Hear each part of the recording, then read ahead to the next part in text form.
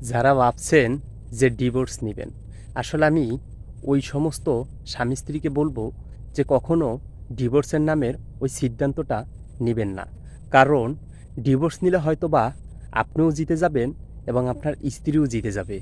কিন্তু মাঝখান থেকে হেরে যাবে আপনাদের সন্তান।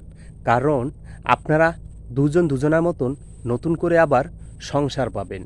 কিন্তু আপনাদের যে সন্তানগুলো থাকবে ওরা কিন্তু আর কখনোই নতুন করে আর মা-বাবা পাবে না। কারণ ওদের মা-বাবা হয়ে যাবে অন্য আরেকজন অন্যদের মা-বাবা। কারণ আপনাদের নতুন সংসারে আবার নতুন করে সন্তান জন্ম নেবে। তখন আর আপনাদের এই রেখে যাওয়া, এই ডাস্টবিনে ফেলে দেওয়া সন্তানদের প্রতি আগের মতো আর মায়া মহব্বত থাকবে না। চাইলেও আর ওদেরকে আগের মতো করে আর সময় দিতে পারবেন না।